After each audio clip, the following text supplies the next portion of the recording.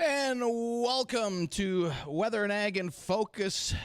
We're at the Midwest Ag Summit studio this week as a very important week as the Midwest Ag Summit is going to be underway here, and it's going to be a pretty nice week for it. I'm Chief Meteorologist Dean Wysocki, along with our Ag Director Bridgette Readel. And Bridgette, we got a little smoke that's decided to return to the area after diminishing a little bit overnight. It's super, super thick here in the Fargo area, and it's going to be like that up and down the valley through about 8-9 o'clock tonight.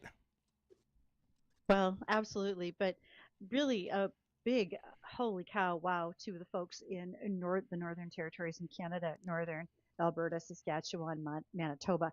They have had to evacuate communities like Flin Flon, which is, it's 5,000 people, and there's virtually nobody there. We have farms that have burned and so much more. These wildfires are a combination of extremely dry weather, lots of tinder matter because the forestry that used to happen in Canada is not quite as prevalent as once was, due to new regulations. And unless they get some rain, it's going to be very difficult to combat the fires and just try to hold them at bay, essentially, is what they're doing up there. Yeah, and we were talking this morning on our sister station, and I don't see any widespread rain over the areas that have been devastated by the wildfires until mid-month. There's going to be a couple of good storm systems that roll through central, northern, southern Canada, all the provinces, but not until about the 15th. And they've got a couple of them between the 15th and the 20th to hopefully give some more widespread rain to those just terribly hit areas with the wildfires, and let's hope that comes through. But between now and then, we're going to continue to see these smoke plumes dive south into the U.S., especially our areas and areas east of here. One of those thick plumes just settling over the area right now, and like I said, it'll be pretty thick through about 8 o'clock tonight before things improve. In terms of rainfall, though, well, there's rain on radar, and it's, boy, I tell you what, most of it's to the north of the Fargo area. Raining right now from about Arthur, Hunter areas up through Grand Forks, through up to the Canadian border into northwest Minnesota. All that's moving northeastward. Some showers and thunder showers developing just southwest of Mapleton. Then there's a break in the Southern Valley from basically Fargo south to the South Dakota border, and then there's a batch of some heavy thunderstorms, nothing severe, but some heavy thunderstorms around the Sisseton area. That's moving northeastward. That will affect areas around Elbow Lake. Fergus areas will get in on that. But I think right now Fargo seems to be dodging with rain to the north and rain to the south. Now we'll be watching to our south and west. There's a gust front that's pushing through, about, let's say, just to the east of Gwinner and approaching the Rutland area. We'll be watching that to see thunderstorms if they can fire up along that. If they do, they'll move northeastward into the FM area. If they don't, boy, I'll tell you, we might get missed in the Fargo area with any appreciable rainfall. But again, it's as close by as Mapleton. It's raining up in your neck of the woods, Bridgette, Hillsboro, and points up towards some moderate rainfall up towards Grand Forks, too. We had more thunder than we've had raindrops right now. So not a lot of rain with it. Okay. Nope. Also, folks out of Dickinson have said they saw anywhere from just a trace to maybe a quarter of an inch. Devil's Lake has gotten rained out. And one of the things we'd like to see is a nice gentle rain because we do have some soil crusting going on in the field.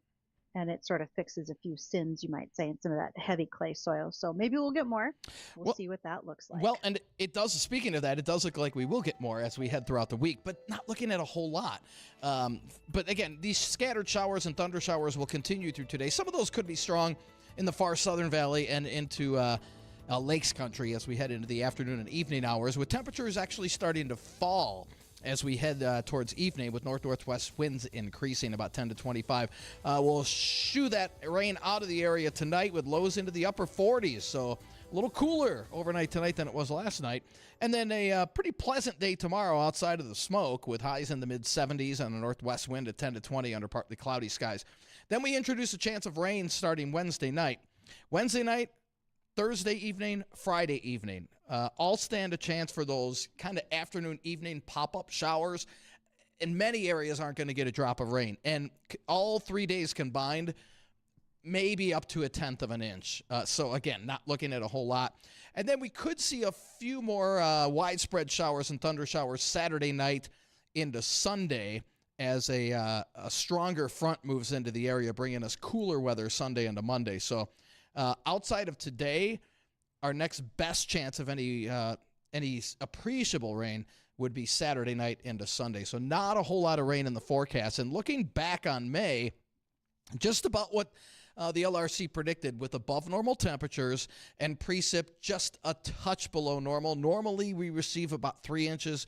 Here in the FM area, we picked up about 2.5. Now, again, areas out in the central western part of the state, those areas, thankfully to that one big rain event, they picked up well above normal in terms of precip. So we could, like you said, Bridgette, we could still use some here in the valley and in the lakes country. And outside of the shot today, we're not seeing a whole lot in the forecast, like I said, until the latter part of this upcoming weekend. All right. Well, we're going to watch all of those things as the week moves on, and especially as we get into next week, because next week is indeed the Ag Tech Week here in North Dakota. And we kick that off starting on Tuesday morning, June 10th. And that is going to be with the Midwest Ag Summit. And our guest joining us right now is Levi Otis. Levi is a part of this programming operation, et cetera. And all right, Levi, we call you for a lot of things, but do tell, how'd you get involved with this particular event coming up next week, Tuesday? Well, thanks for having me on. Yeah, I kind of laughed when I told you, I remembered that we had this call today, that I'm like, which topic are we talking about? So I told Dean, I said I had to get in here and grab a pen and some notes quick. No, just our involvement with the Fargo Chamber, and of course our work with Grand Farm and Emerging Prairie, working with them in developing ag technology over the years, and trying to bridge what's going on in agriculture with the Fargo Chamber. As our new executive director, Shannon Full, has stated a lot, that, ag is a huge chunk of Fargo's economy, and Moorhead's economy, West Fargo's economy. So bringing all those people together and just making sure that we're collaborating and not stepping on each other's toes when one person's having an event, and maybe we can do things in conjunction to save a lot of our companies money, because we all get hit up every single day on different events. So it is kind of nice when they all come together and team up to do these events. And Ag Tech Week is really a huge event for agriculture, for anybody that's been around. There's just a lot going on next week, and Midwest Ag Summit is going to be a large contributor to that. Huge part of it. So that's Tuesday morning out at the fairgrounds. It's from 8 to 11. And then again, as Levi was saying, this is put on by the Fargo Moorhead West Fargo Chamber of Commerce. And who should be attending? I mean, I initially thought about it, it's going to be a lot of policy, et cetera, but I think it's more than that, Levi. So who do you recommend be in the audience next Tuesday? I've actually got buddies that are on fringe ag businesses that are asking if I've got the seats at our table, because I think people are starting to understand that we're all in this together, whether you're agriculture, you're in transportation. What affects me is going to affect you, and with cell phones in our pockets and social media and people being seemingly to be more aware of what's going on in policy around us, it's really going to... You can watch a 2-minute highlight on TikTok, or you can go to this and hear from the people and ask your questions on what's actually affecting our economy. And I think so. If you have time to complain about what's going on in the world, or time to celebrate it, you should go there and hear the facts and raise your hand and ask a question. That makes sense. So there's quite a lineup. You've got Daniel Maffei. He's the commissioner of the Federal Maritime Commission. You have a panel that has with it the Director of Trade and Business Development, Regional Director of Trade and Public Affairs from BNSF, the Duluth Seaway Port, Mindac Farmers Co-op. You've got NDSU participating very heavily with this. You also have the General Consulate of Canada joining as well. Um, any particular piece of this that stands out to you, Levi, that you're like, that's the panel or the discussion I can't wait to see? Well, I haven't even thought about our ports until I was talking with some friends up in Arthur about, how are the tariffs and how do these things affect us, and my buddy my buddy Brooks was telling me that he's like, it's crazy when ships come to port and then what has to happen, right? And if things don't happen correctly because of the laws and regulations in this country, like, a ship might have to sit there and then they have to pay fines. And I'm not doing a good job of explaining this at all, but when I started, tallying up the money and then what happens when a truck is there to offload a ship, right? And now that's sitting and now that's 3 days behind, what that does to all of us way up in north central North Dakota or in north central United States. How far are we from a port? Duluth is the closest one, and how long does it take for a ship to get through the Great Lakes? So all these things, it stacks up, and then we wonder, and we're kind of the last on the list. So with the PNW, with what's going on in the Gulf, with Duluth, we're at their mercy, and I think just learning from that, just to kind of wrap my head around what's going on there, seems to stick out. A lot of these other people I do business with on a daily basis. NDSU obviously does a fantastic job with their educational pieces. BND, Bank of North Dakota, is another fun one because they do so much that we as general population don't always know that they do. And they have great resources if you can ever get in front of somebody to hear what those are. So those open extra doors. Obviously, Crystal and Mindak are a massive part of the ag community. So their highlights are always insightful, especially for local businesses where, we can take tidbits and know how to plan going into next year's budget season. So those are all there. I mean, I don't see a bad one on here. That lady from Canada, I do want to talk to her about what's going on with the smoke Wysocki. Yeah, right. from last week. Yeah. That's just a small part of it because, like you said, transportation and what that feeds into for us when it comes to needing to move grain, but also our inputs, whether, why's Canada on there? Hey, we got fertilizer coming from them all the time, right? That affects us tremendously. And also it comes down to things like water as well from time to time. And well, that really plays into your wheelhouse, you might say. Well, we had that conversation at lunch today about the fires, and I laugh because growing up in Devil's Lake, we were at Canada's mercy to get an outlet on Devil's Lake. And it was amazing to me how one country could hold up such a large project that needed to happen. And now it's like we're handcuffed by sovereign immunity and all these other things that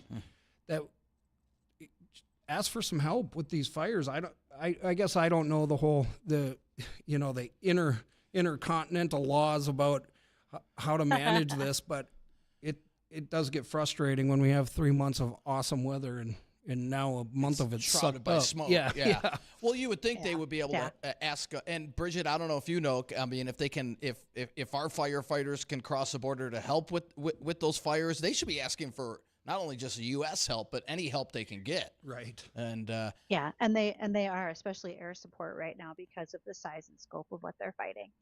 Yeah, it's really too bad. So my hearts are with them. I have a friend in Winnipeg, or a friend who's got a friend in Winnipeg, and she sent me a video this morning of just a whole town just being wiped off the map, and it's really sad. So thoughts and prayers with them. We just hope policy-wise we can figure out what we need to do to support our neighbors. Absolutely. So last question for you, Levi, and that is when it comes to what the chamber does regarding agriculture, because as you look at their website, they've got a whole segment on summit meetings, etc. Are there other areas for ag that people should know about or be involved with that you would recommend? Yeah, we have an agribusiness committee meeting. That is on, I want to say, Tuesday mornings. We do it about quarterly. We have a pretty strong group that tunes in. I just went with a delegation out to Washington this last 2 weeks ago, and there's about 40 of us, and we met with everybody, and I mean Secretary Burgum, Secretary Noem, our senators from North Dakota, South Dakota, or excuse me, North Dakota, Minnesota, all of our congressional delegations. We met with agency folks, and it was packed, a lot of people packed in, but we were able to talk on not just ag, but a lot of our industries. But what happens when you go with those groups and you're able to have the force of the Fargo-Moorhead Chamber, that makes the Minnesota politicians listen about North Dakota problems, and it carries a lot of clout, and gives you an extra boost where the chamber can say, this farm policy issue is affecting us in the city, and we need assistance to help. And I can't give those folks enough credit for what they lined up, because a trip like that just does not happen as a person who goes to DC quite frequently. And that's not taken away from the other ag groups, but this one was massive and wildly successful. So kudos to the Fargo Chamber for that. But also thank you for going out and doing those things, Levi. All of us in production agriculture appreciate that, and our agribusinesses, because we know the support that you bring. All right, folks, lots of stuff going on as we prep for Ag Tech Week next week, but even yet, all the things happening right now in the area. And we're going to talk about those after we come back from the Livestock Market Update with American Ag Network.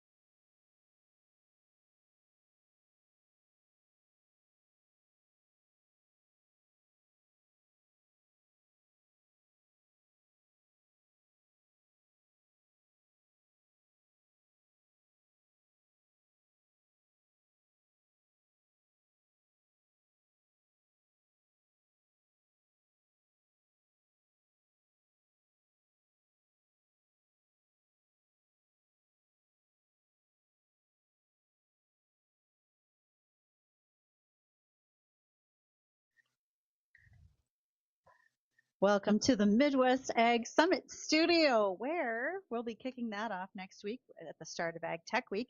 And if you're at that summit and you are curious and visiting with someone like Chris Sherman with Tech Support Farm, he'll be there to answer your technology questions one-on-one. There's a lot of things going on in the next few days. First of all, I wanted to let you know that if you are with North Dakota Stockmen's Association, perhaps you're a member, they're doing their spring roundups. And those are starting out this Friday. The first one is Friday, June 6th. It's in Portland, North Dakota at the Norseman Hall. Then the one I'll be at will be on Monday. That'll be on June 9th next week. And those agendas all start at 5 o'clock with a social. At 5:30 is the local brand inspectors meeting. And at 6 o'clock will be a supper. Gee, I bet they're having steak, North Dakota Stockmen's Association. There'll be the program and nominating committee to follow. So please, if you are interested, you don't have to register, but it is helpful to have the right head count for all the steak that's going over on the grill. Speaking of steak, Dean, I don't know if you heard about this, but there's going to be a big announcement coming that will probably be relevant to steak, where it's an announcement that we're making this Thursday at 4:20. So that means during the Jay Thomas show. And it's going to help you with your grocery list. We know about it. It's a huge event. Others are ready and listening too. Yeah. Yep. So be paying attention, not only to what we're doing here on Weather and Ag in Focus, but you're going to want to listen up to what Jay Thomas has to say. And again, that announcement will be 4:20 this Thursday. Nice. Yeah. It's right. when I saw that, and again, when I saw that come out, I thought it was a typo. I said, there's no way. I think you guys put an extra 0 on there. But wow. Yeah. So this is a big announcement coming on Thursday. Well, I'm not in charge of the typing, but I am in charge of all the information that we have going on agriculturally. Maddock Ranch Supply out in Harvey, North Dakota sent out an announcement as well, because they're going to be offering new facilities and new equipment rentals that they haven't had before. This is the time of the year where a lot of people are moving cattle out on pasture. We're having brandings, you're working calves. You might need a heavy-duty portable corral. That helps you with your shipping, your sorting, the processing. And if your pens might not be working, you're going to want to make sure to get a hold of Maddock Ranch Supply up in Harvey, because they have this portable corral. It's called the Conquistador. Just makes me giggle to hear that name, but it's one that you might want to be invested in. And give them a call so you can be using it at your next branding and location. All right. Throughout the day, we always recommend that you can give us a call on the JLA Insurance phone line. You can certainly do that at 701-293-9000. If you have questions, and I know, Dean, you're watching not only the smoke that's tracking, but also the northern lights. People can drop him emails, weather@flagfamily.com. I'm at ag@flagfamily.com. All right. So much more to come. Yeah. And we got another guest. Yes, we do. And this is a new guest. We do. Yes. So we're going to be joined by Ryan Pesch. And Ryan is an extension educator with the University of Minnesota. We're going to talk about agritourism. Some of you right off the bat said, Aga who? Well, we talk all things ag here, so this is just one more. Stick around after the news. We're going to introduce Ryan and talk about what's going on over with the University of Minnesota and agritourism.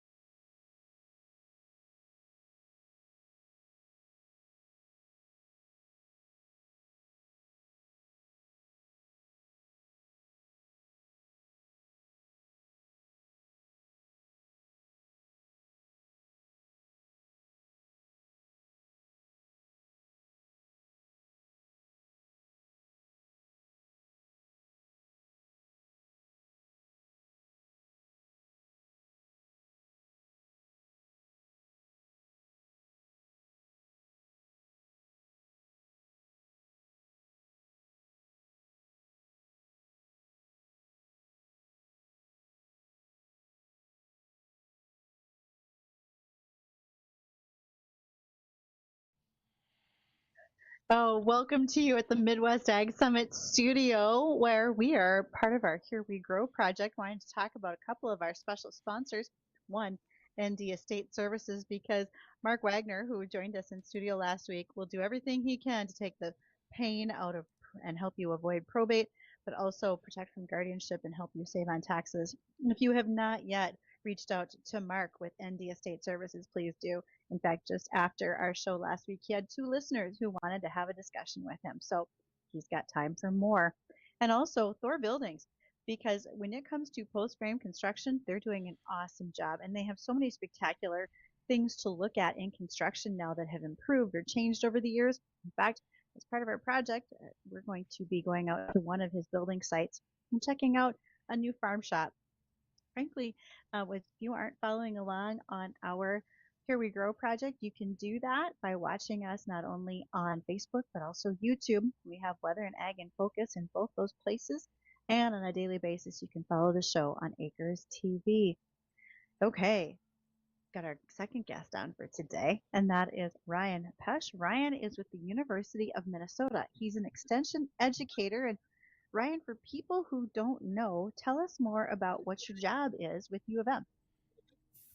Yeah, well, hey, thanks for having me. I'm a child of the Valley, grew up in East Grand Forks, so WDAY is kind of near to my heart, so it's great.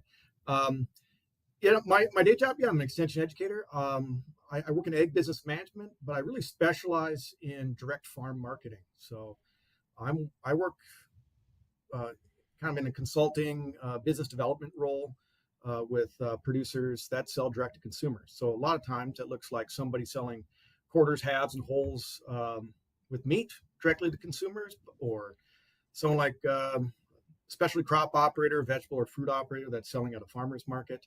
I work with them on pricing, merchandising, all these kinds of things. So, Okay, so when you hear the term agritourism, folks might right away think of a corn maze, but there's so much more to it, particularly within the state of Minnesota. So, do you have a few examples, Ryan, of some of the things that you've seen or worked with over the years? yeah, you throw the term agritourism, and they're like, I don't know, what's that? But yeah, I agree. Everybody thinks of the corn maze. That's kind of the obvious one. But we always talk about these different facets of agritourism. Part of it is entertainment, right? So this is often what brings people to a corn maze. It's a way to spend a Sunday afternoon or something like that. But it's also education, as well as direct sales are also part of agritourism. So it's kind of a spectrum, right? So these very entertaining things on one end, some very educational things on the other end. I mean, it could be as simple as like a flower farm hosting a group, bouquet making class. It can be a farm that's just hosting some pre-K kids out for the weekend, and they maybe do 2 or 3 events a year. It can get much more involved, right? I mean, think about farm to table, white tablecloth, farm to table dinners, right? This is fairly involved. Yeah. Or it could be as involved as like a farm stay, right? So over in towards Milan, these one folks, they took their old chicken house and they turned it into lodging. There's another place over by Byron, Minnesota, where you can stay in a silo. I mean, it's not just a straight up silo. They obviously retrofitted it so you can stay over there. But yeah, if you want to stay in a silo in Byron, Minnesota, you can do that. That would be cool. Fun, right? Hey, why not, right? Yep. One other little attraction in southern Minnesota that it was near Walnut Grove, in part because folks came there because of Laura Ingalls Wilder, right? And there was a sod house at some point out off the back of their property. So it takes a lot of different forms, but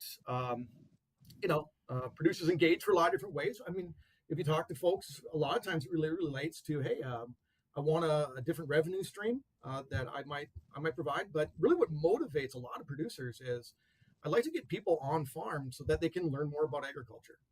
It's interesting hearing your previous guest, right? Hey, come to the event, learn about these policy issues that are really affecting agriculture. And no doubt that's a very important thing. And those involved in agritourism are more like, hey, let's have a more direct experience as a customer. I want to give you a direct experience as a customer so that you can kind of connect in a very real and human Mhm. way. So, Ryan, when you think about these direct opportunities for the farm to the consumer, when you advise folks who are looking at starting an operation, what do the consumers want? Have you done some of that background work to see what's been best and what consumers really say, this is why I go there? Yeah, there's been a lot of research around just direct farm marketing and farm experiences in general, nationwide. This Hmm. summer, actually, we're going to be doing a little research project on just farm stands in Minnesota of agritourism. I mean, you think of it more as a direct sale, right?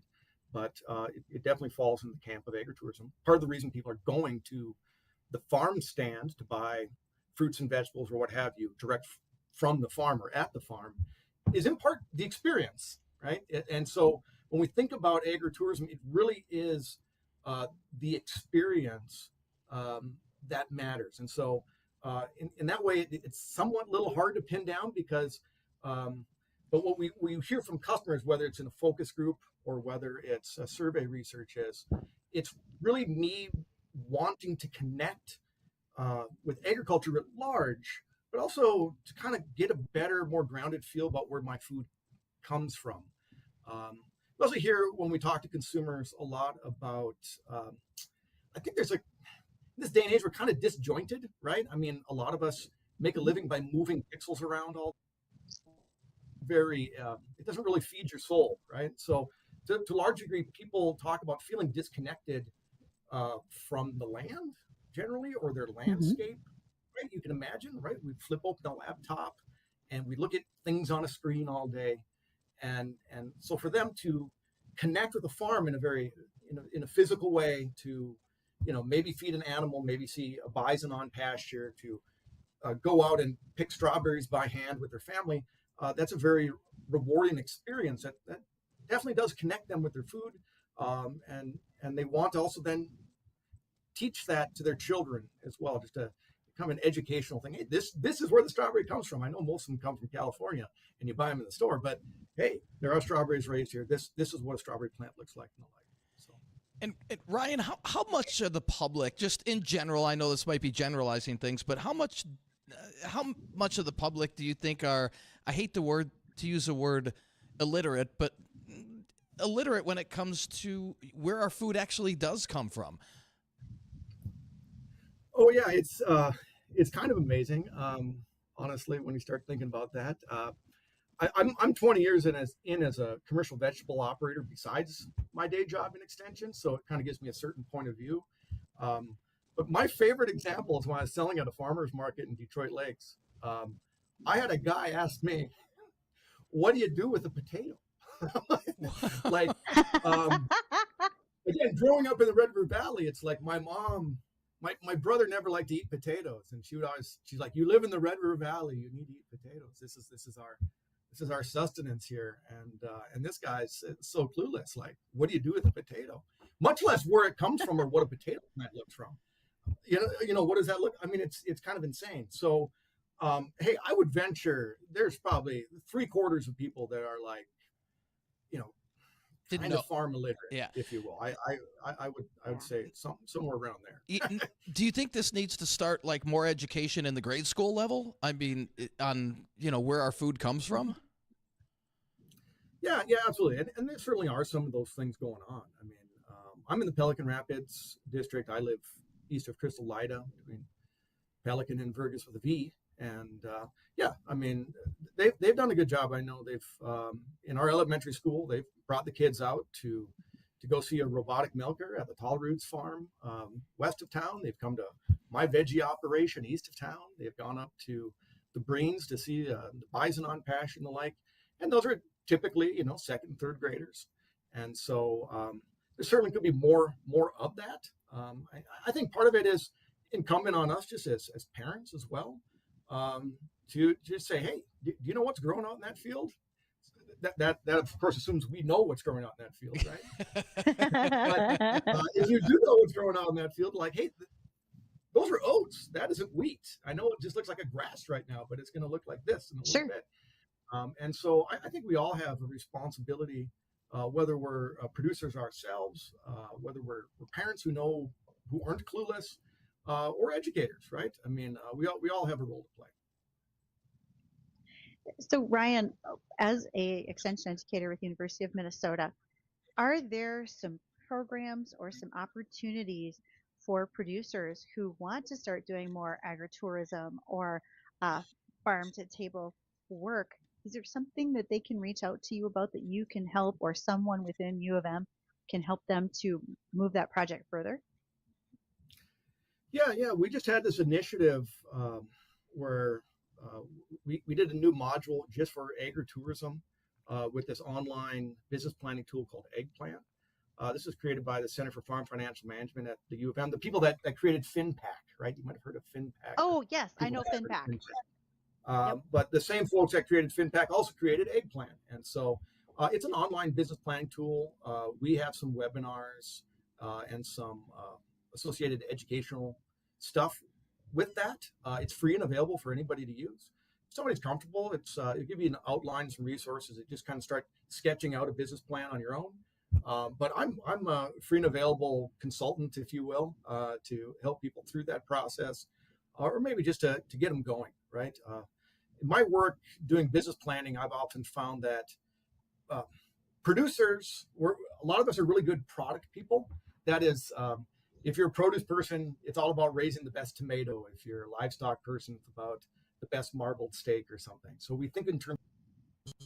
I'm often trying to force people to think about who is your customer, who's your competition, where's your pricing, questions like this. And so I'm free and available to help folks move through that process, give them some resources, get going, so that they can kind of essentially do the homework on their own, right? I mean, that's the important thing if you're building out a business.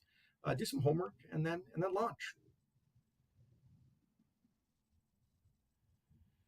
Excellent tips and ideas. I think we lost Ryan. Oh, there he is. Okay, he froze up there. He froze up for a bit. Sorry. Okay. No, I think think summer. We are Usually good. That happens just in January. I freeze up.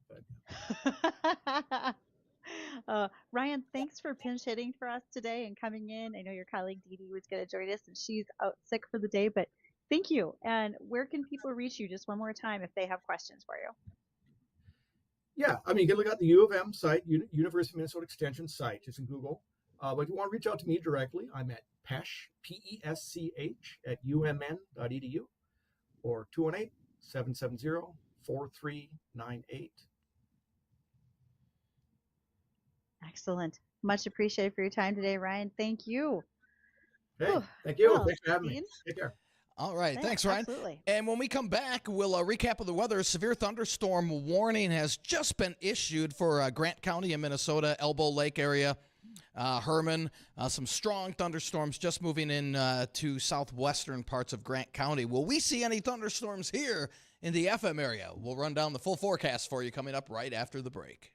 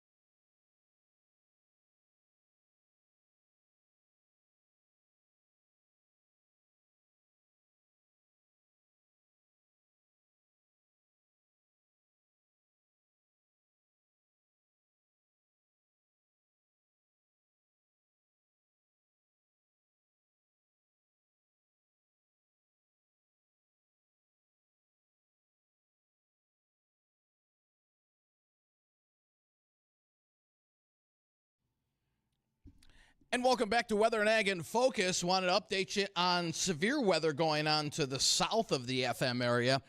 But still in our listening area, we have a line of severe storms stretching from just outside Elbow Lake through Morris, Minnesota, moving northeastward at 70 miles an hour. So areas from, let's say, Elbow Lake through Barrett, Hoffman area, Morris, expect to see some wind damage with these. Also the possibility of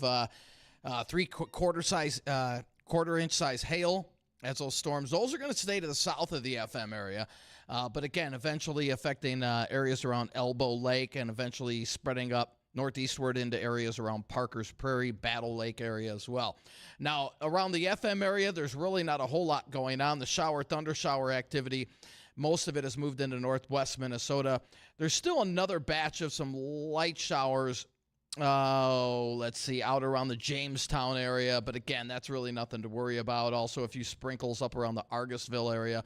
But again, the stronger storms stretching from Elbow Lake through Morris, moving northeastward at 70 miles an hour. There's obviously going to be some wind damage down into Lakes Country, it looks like, as we head into early afternoon. But the FM area might escape a lot of this rain. We might not really see much, if anything, outside of a few light sprinkles or light showers through the evening. And then after that, the windy, smoky conditions will continue through tonight. In fact, this thick smoke is projected to stick around through about 8, 9 o'clock tonight before it starts to lift a little bit. But, Bridgette, like I said, there's no significant rain for those fire-stricken areas until mid-month. So we're going to be in and out of this smoke through mid-month. And unfortunately, we're probably going to be dealing with this most of the summer.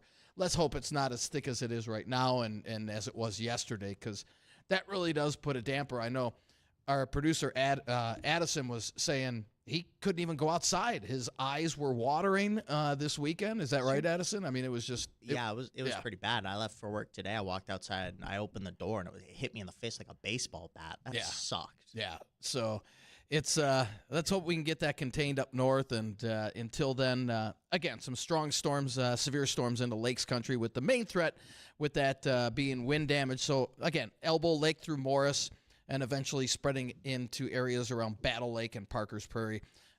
Could see some wind damage down to the south of the FM area. Absolutely. So we're going to keep an eye on that, especially for the allergy sufferers out there. Take your precautions, because unfortunately this isn't something we can just blow a giant fan and it's going to blow on out of the area, I'm afraid. Interesting enough, on the, I don't know if I dare call this the animal health front, but chickens, it has been recently realized, that have a common reproductive disorder, I should say, much like humans. So chickens can display something like a polycystic ovary syndrome. And there's a type 2 diabetes drug that is currently being used in research with some chickens, because what it does is it helps them overcome the fact that as older breeder hens they'll start developing less eggs and so forth. By giving them this type 2 diabetes drug, it actually can help with their egg production. It helps them produce eggs longer in their lifetime. It's called metformin, and the work has been looking at selectively bred chickens and trying to figure out how to get them to extend that life cycle, if you will, of their eggs so that they can produce longer. So we're going to see how that goes. But yes, the PCOS is the same disorder that affects women, but really there might be a way to overcome this and just keep our egg production a little bit higher, and it's all going to fall back on a diabetes drug. We'll see how that develops. I don't think they're ready to take anything like that to market yet, but just doing the work on it in the background. We'll see where it goes. Interesting. All right. Yeah. Well, for Bridgette and myself, I want to thank everybody for joining us. Don't go anywhere. The Jay Thomas Show, that's coming up next.